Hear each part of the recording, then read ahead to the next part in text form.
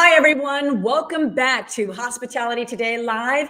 And we are so excited, as usual, to have you here with us on the show because we always have some great guests, as you know, and always more guests coming up as well. So thank you again for being here on Hospitality Today Live. And while we're here, I want to share with you who our guest is this time. I'm going to be talking with a good friend of mine, a longtime friend here in the hospitality industry. Her name is Cathy Pennington. She is the regional marketing manager for Christie Cookies, and she's based out of Georgia. And what Cathy's going to share with us, with her extensive food and beverage background, she's going to shed some light on us for here in the hospitality industry, how it relates to business and how it's affecting so many of the corporate America businesses as well. And of course, she has some amazing stories to help you feel good, which we all need during this very distressful time. So I don't want you to go very far because you're going to really enjoy her. She is a lot of fun with a lot of wealth of information as well. So again, hang with us here on Hospitality Today Live.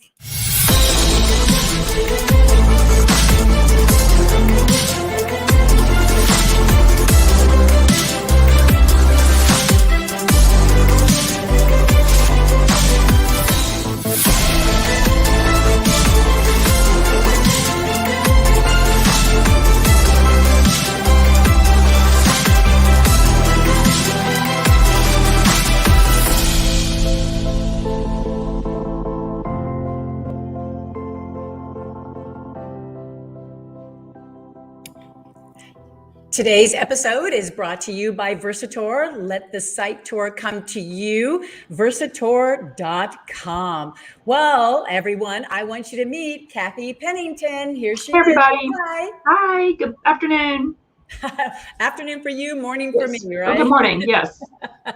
Well, we're so excited that you are here because I know you have a wealth of information. You're a brilliant lady that knows all about business, and especially when it comes to the hospitality industry. And your entire career has been centered around the hospitality profession in a variety of capacities. Can you share with our viewers about that? Sure. Well, right out of college, I'm from Alabama. Right out of college, I went to work for a couple of smaller Sheraton hotels, and I did that in sales and catering for about 2.5 years or so. And then I left Montgomery and kind of got my big break, if you will, going to work with the Hilton Atlanta. Started out as a junior catering manager and worked my way up to assistant director. Loved it, worked many wonderful events, created great relationships, people that I'm still in touch with today from Hilton. And Deborah and I have several friends in common, and did that for a long time, and then met the love of my life, and we transferred out to California and moved out, then joined the Hilton Anaheim as assistant director of catering out there. Loved it, great people. And then moved back here, went to work for an hors d'oeuvre manufacturer out of Chicago, which doesn't exist anymore. So it was hors d'oeuvres and desserts, kind of the front and the back end of the menu. Met with a lot of caterers and chefs and people that had the need to know, about hors d'oeuvres for their menus. And then took a little segue, worked for a meeting planning company for a couple of years. And then now I am with Christie Cookie Company. This is my 8th year.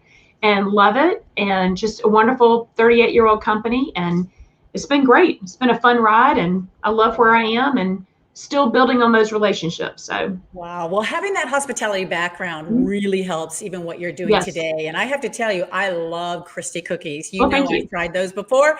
Thanks. And they are so delicious, so delicious. Thank you. And I can see why you've done so well in the 8 years with them, because with that background, you can't miss. You just can't miss at all. And I know you've been up to speed with what has been going on, around the world here and how it's probably affected, Christie Cookies and your personal life as well. And yet at the same time, keeping up with what is going on with the hospitality industry. Even today, there was an announcement of vaccine passports probably being a staple in the industry. it was just announced last month that IMAX America, for their event in November, which is going to be in Las Vegas, is probably going to expect some type of proof of vaccine. And even ASAE has a vaccine check, which they're doing as well. How do you feel about that moving forward with events? Well, very mixed emotions to start with. So on one hand, I understand, every different meeting or venue or what have you, restaurant, doing their part to keep everybody safe. I just feel like the situation is not a one size fits all where every event should be run like this or every company gathering. I don't have a definitive answer. I do feel like it should be up to the individual event organizers to put their mandates in place in plenty of time so that people that are potential attendees can make up their minds in advance, decide whether or not they go, and not have it be, if they're going for CEU credits or something and they can't attend because they're not vaccinated or they don't have the proper documentation, that could be a little bit sticky. But I think that, again, not a one size fits all thing. And I think it's still evolving till we can get through this mess. So, Right. And as long as we keep moving forward and trying to find an answer to bring people back to events, it's just going to work out for everyone. So, yes. And I think that's what everyone is trying to do. They're trying to make something comfortable for everyone to be satisfied with. But I have to agree with you. It is up to the individual and up to the individual events on how they want to approach this. But I think overall the industry is doing a great job on trying to, find that answer. Exactly. And because the industry is made up of so many wonderful people that bring to the table a lot of varying expertise and experiences, I feel like all of that combined together will help, get the industry through it overall. Regardless of what capacity people are in. I think that everybody coming together with a common goal of getting us through the trenches and back to where we were, back to normal, whatever that's going to be, right? Right, exactly. And I think even though there's been some hard times going on, I think from what you shared with me before, Christie Cookie's success really has, is a good example. In other words, tell us about that. Well, so we, all we've ever done is bake cookies and brownies. That's been our business for the entire time, and we've stayed true to our values and true to what we do and how we do it. And we tried really hard to adapt to the changing needs, which have been vast. Right at the beginning of all of this, we were all actually at our company meeting, and a tornado came ripping through Nashville. And when it did, we had boots on the ground right away and got everything back together. And then everything shut down. So we were ready, but we've tried really hard to, stick with what we do well, stay in our lane, again, be adaptable. We actually, a couple of things we did that have really helped the business out a lot.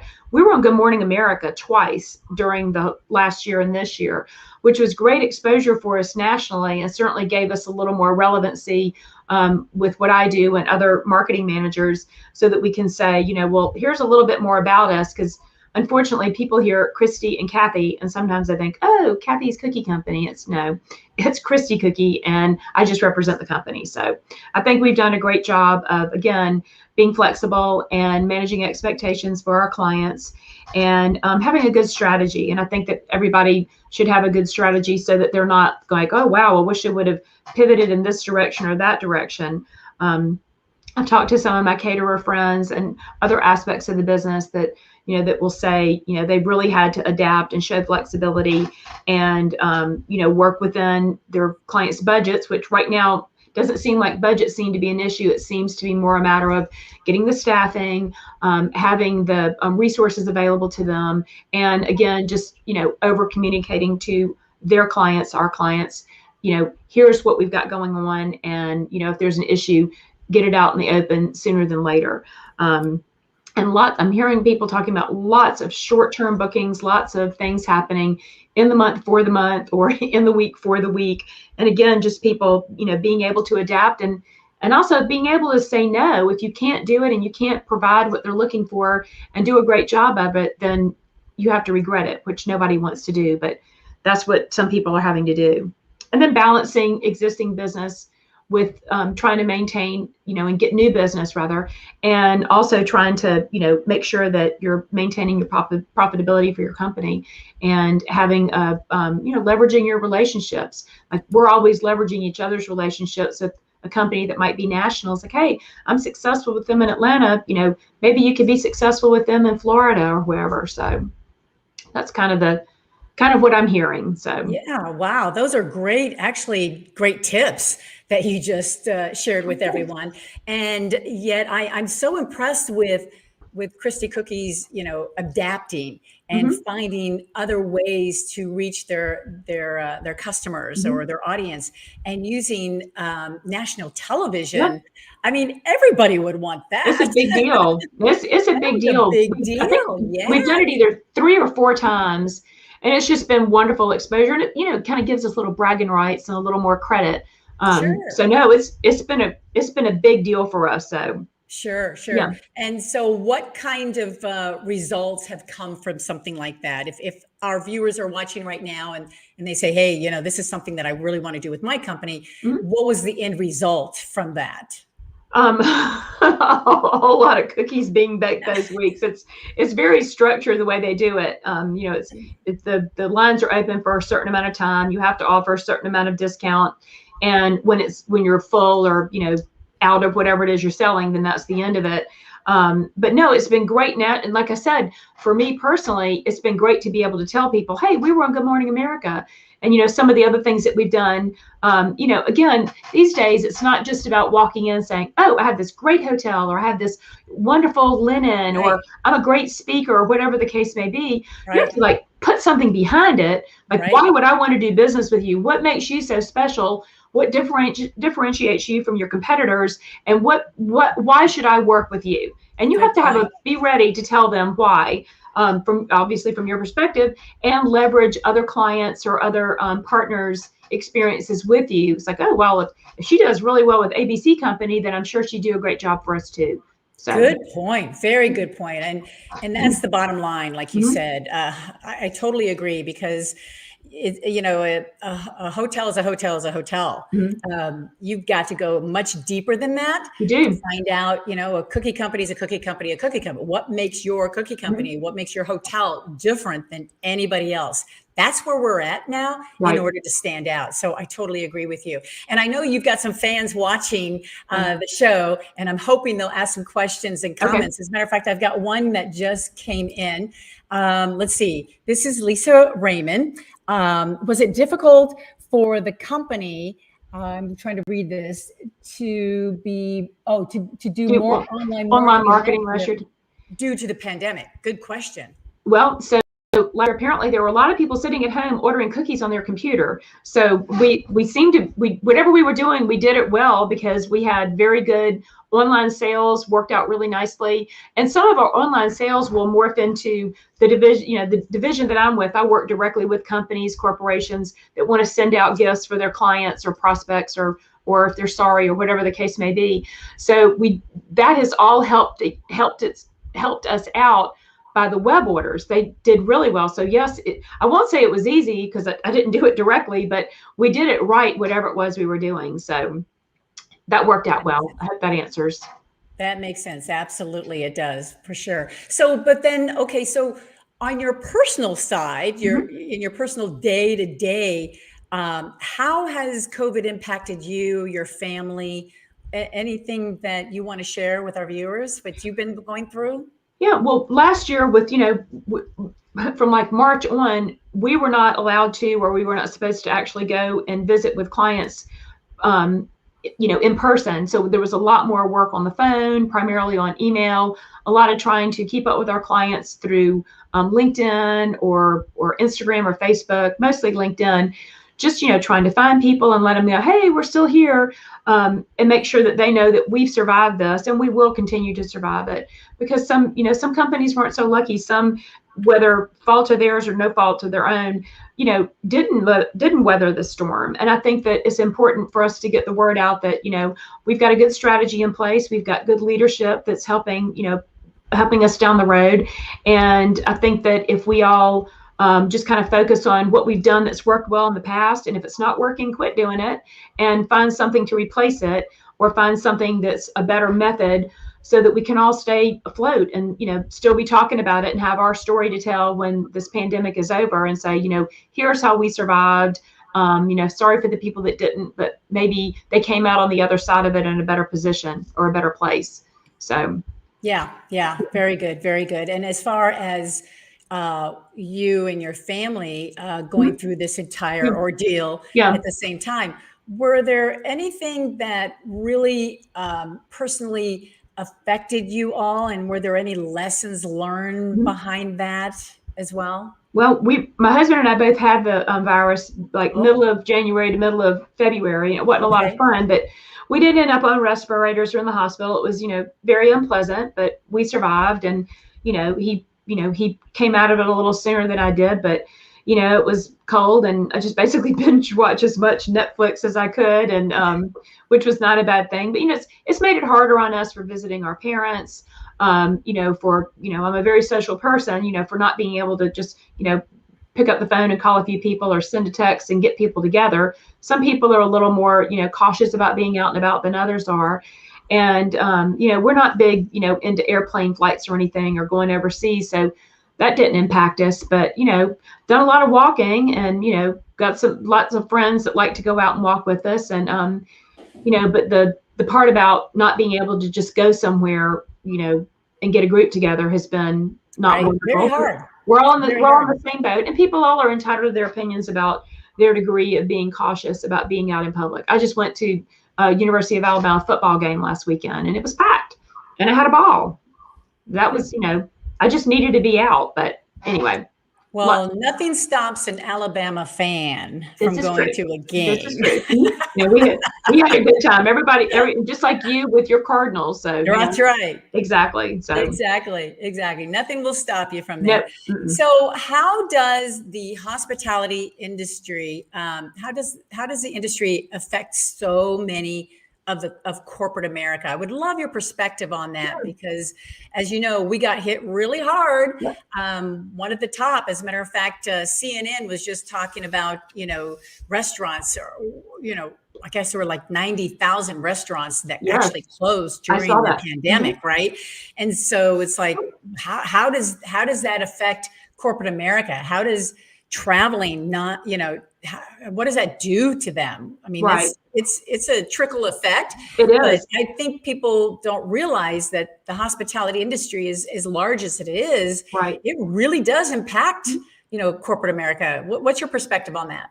Well, so, from working in a hotel for so long, working in like 4 different properties actually, but most of my time within Hilton in Atlanta and Anaheim, hotels have hotels, resorts, whatever, they have, you've got housekeeping departments. So if they're not operating, you don't need the linen companies are going to suffer because they don't need towels and all that. Right. And the companies that supply the chemicals and all, they don't need that. And then you have like the food aspect of it. So then you've got the big distributors, like, well, where are we going to sell our food if they don't have people in the rooms, or in the banquet rooms or meeting rooms or wherever, they don't need to eat. So that industry suffers. And then, it is very much of a trickle down. And then the meeting planners, if they don't have any meetings to plan, their business is suffering. But we have a food service division, and, last year was not great for us. It's coming back. I spoke with our food service director actually this morning, and he said he sees it picking up. He sees the social aspect of the business picking up, and the travel and all picking up better than the corporate side of the business. And I had several of my friends tell me that. A mid-sized caterer here in town, spoke with her this morning, and she said, we can answer the phone all day long with social get-togethers, mostly smaller, and weddings and mitzvahs and stuff. But, the corporate calls are coming in slower because they have more guidelines they have to adhere to, and more, people saying, oh, you can't do that meeting yet. You've got to wait till January, or you have to cancel it. And the caterer that I spoke with said, she goes, we have to pick and choose what we book because we've got to get the goods aren't the issue. She said it's getting labor to actually, handle that. She said she drives around and she always has an apron and an extra pair of shoes in her car just in case she needs to go to an event, which is smart. You That got is to, smart. again, being adaptable and flexible. And, and like she said too, and everybody I spoke with, and I do this too, is leveraging your relationships, keeping in touch with people, not just calling somebody in October, hey, time to think about cookies, or calling them in January. I know your meeting's coming up in May. Having touch points throughout the year and relevant things, not always trying to sell something, but just how's it going? Oh, I heard you got this huge promotion. Good for you. Here's some cookies. So just all depending. Yeah, you hit it on the nail there. Relationships is everything. And it really is. We're going to find out, who really is your friend or who really is your true customer. Exactly. Coming out of this pandemic, because I think it really tells people something about you if you're staying in touch or not. Exactly. Or reaching out or figuring out how to help each other during this difficult time. And so it's been a different type of experience level for our relationships than ever before. But I really believe we're going to come out of this much stronger than ever before. I think it's going to be as I call it, meeting and event revenge. That's a really good way to put it. Yeah, I think we're going to just, the floodgates are going to open, and we're going to have more meetings and events than we can even think of. And one thing I wanted to point out too is that one of my favorite terms is, I love the term trusted advisor, right? And I feel like those of us, that have stayed true to what we do, have kept in touch with our clients, have managed their expectations of our capabilities. And sometimes you do have to say no, right? That we find ourselves on that side of being an advisor to them, and not just somebody trying to sell them a good or service, but we're here to help them with solutions and help them with their job so that they can take it off their plate, put it on ours, and we'll handle it for them or help guide them through the process. So Right. Yeah. Exactly. I totally agree with you on that. So what is your thought process, if we're looking to the future, really out there, once we get up and going again, and those floodgates happen, what is your idea of what future events is going to look like? Well, I'm hoping that the future of events for us, altogether, nationally, internationally, however you want to look at it, is that we can close the door and never hear the word coronavirus again, and that we can go about our way. And maybe what we've learned from it is that, people can work from home and can work outside their comfort zones. I've worked from home for over 25 years, so it was no big deal for me to say, okay, I'm going to be holed up in my office for a while. But I think that, it's showing people that you know more than you think you do, and that your capabilities are broader than you thought they were, because you've been tested. We've all been through whatever it is we've been through. We've all been, taken outside of our comfort zone, and we've all been in a situation where thinking on our feet a little bit more and trying to be a little more, I love the word strategy, adapting our strategy to the changing times and doing what we can to, being optimistic with our clients, but being realistic too. And, smiles on our faces and saying, we'll get through this together, and how can we help? And, what can I do to improve everything that I've done for you? Are some of the things. But for events, I think it's going to come back with a vengeance next year, is what I'm hoping. And I'm knocking wood as I say that people are going to be like, we've got all this money saved up that we didn't spend on our meetings, and we're going to blow it out. We're going to do great things for our employees and our clients. And just show the world we're back and we can do it better than we ever did it before. That's right. I totally agree with you. I think right now the number one issue is budgeting. Yep. Really tough to make up for lost time, what we've been going through. I know the airlines are going through a tough time and will continue next year. But I'm hoping, at least, like you said, corporate America will look at, products and services like yours, to where they'll say, we need to at least move forward and reward, our customers, our employees, and on down the line type of thing. So I totally agree with you. Last week or a couple weeks ago, we had our very first International Hospitality Women's Day. I heard about it. It was a huge success, and we're going to definitely do it again for next year. But we noticed that there was a trend among all the different countries all the women that represented the hospitality industry in countries like China, Australia, India, Canada, US. And it seemed like there was a common theme about mentorship. And Okay. someone like you, who has been in the industry for some time now, and all, in a variety of different areas, I would imagine you've had a mentor, or you even have a mentor even today. Can you share with that who that is, what they've been doing for you? How's it been working out? Well, everybody's a mentor to me in some capacity, right? Everybody, I like to say, you pick up a little bit from everybody along the way, and then it all comes together, and hopefully a nice conglomeration of things that help you with, your day-to-day, whether it's personal or professional. Off the top of my head, one person doesn't come to mind, but there have been so many people along the way. I've got 2 wonderful mentors right now with Christie Cookies that are just at my beck and call if I ever need anything. They've been with the company a long time.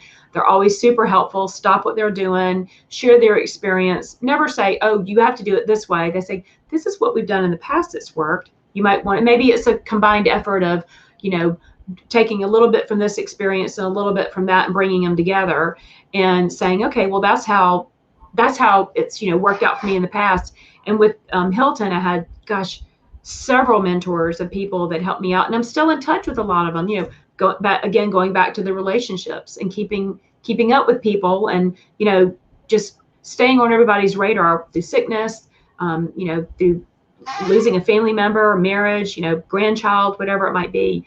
So, but everybody's a mentor. How's that? Yeah. Well, it's kind of nice to pick and choose, different categories, different situations that we're always in. So that's exactly. That's a good thing. Well, we also have another question here. Okay. What's the one tip for staying flexible in your business you can pass on? Ooh, that's a good one. That's a meaty question. One tip for staying flexible.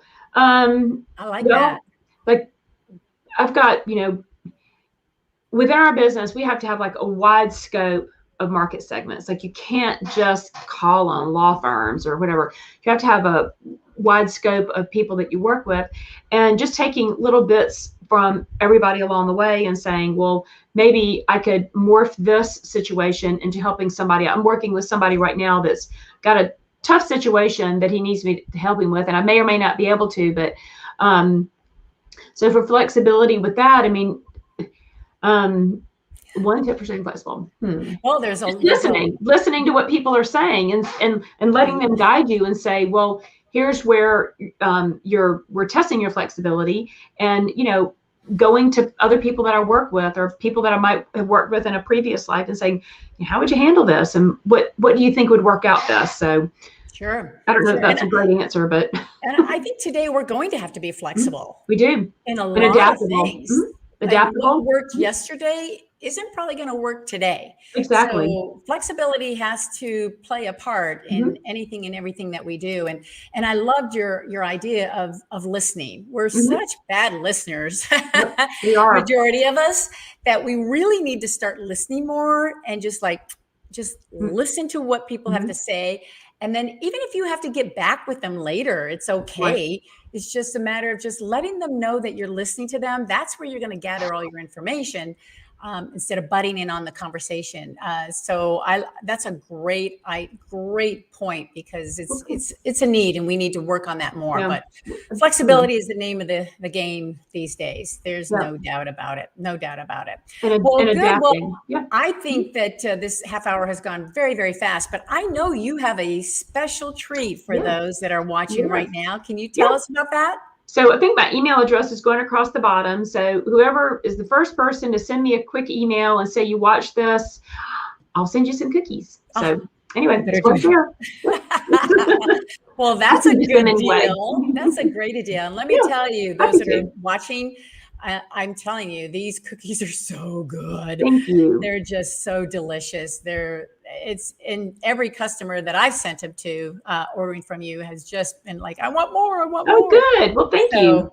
We're going to definitely order more. There's no doubt about that. Thank you, so Deborah. Yes, I think, is there any other way that people can contact you other than email and website? Are you social media wise, or? They can, I'm on LinkedIn. I'm on Facebook. Okay. And I'm on Instagram, but LinkedIn or sending an email will probably be the easiest thing. And follow us on Christie Cookies. There you go. Follow our Instagram page, and we'll have offers from time to time. So we'd love to hear from you. Well, especially with the holidays coming up, Oh, I think yeah. that's a good time to order some. And I It really sure is. believe that people are going to get out and see their family this year, since last year was a Absolutely. little tough. So what better Exactly. way than trying to try something new and different like Christie Cookies? So Exactly. totally agree. Totally agree. Well, this has been such a delight. Thank you so much, Thank you Deborah. so much for being here with us, and wishing you the best throughout the year and to the upcoming year. And we will be in touch. So thank you so much for being with us. Thanks, everybody. You bet. Well, there you go. Were you not intrigued with Cathy Pennington and what she had to share? She is a brilliant, wonderful lady that really knows her business and what she can do to help you as well. So thank you so much for being with us to hear what she has to say. Now, here's the thing. If you enjoyed this episode, you can actually see the replay on all our social media platforms, YouTube, Facebook, and LinkedIn, and or share it with someone that hasn't had a chance to see it as well. I think they're going to be very pleased to what Cathy had to share today. And of course, we want to thank our sponsor, Versator, as well, sponsoring this episode. And if you have any questions or comments or anything that you would like to know or learn about, by all means, contact us at hello@hospitalitytodaylive.com. And also, the year 2022 is right near us, and we're going to shake some things up with this show. And we would love your feedback of what you would like to see or hear from as well. And now we're going to talk about next week's show as well. So who's up? Well, I'm going to introduce to you a 30-year veteran in the hospitality industry. He is the creative director and CEO of Vermilion Events, and we're talking about David Twigger. He is going to actually share with us how the industry is going to bounce back. Apparently, he has the answer for that. But in the meantime, he wants to share how and what you need to do to survive until then. And of course, something new to the table here for our show. What lemonade did David make or see during COVID? I want to know. Don't you? Yes, absolutely. So don't forget, we'll be here next Tuesday, same time as well. And thank you again for being such a big fan of our show, Hospitality Today Live. See you next time.